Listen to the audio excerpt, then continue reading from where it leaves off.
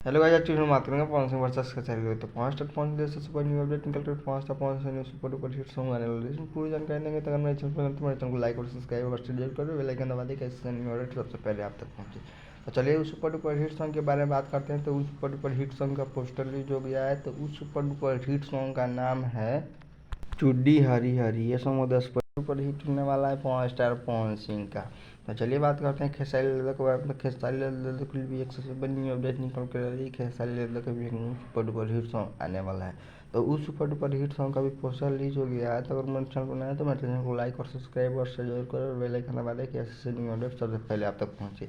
तो उस super duper hit song का नाम है का हाल बा। यह सॉन्ग सुपर डुपर हिट होने वाला है खेसारी लाल यादव का। तो ऐसा ऐसा न्यू अपडेट के लिए हमारे चैनल को लाइक और सब्सक्राइब और शेयर जरूर करें, और बेल आइकन दबा दें कि ऐसे ऐसे न्यू अपडेट सबसे पहले आप तक पहुँचे। तो आप लोग कमेंट में जरूर बताइए ये वीडियो आप लोग कैसा लगा। वीडियो अच्छा लगा तो मेरे चैनल को लाइक और सब्सक्राइब और शेयर जरूर करें।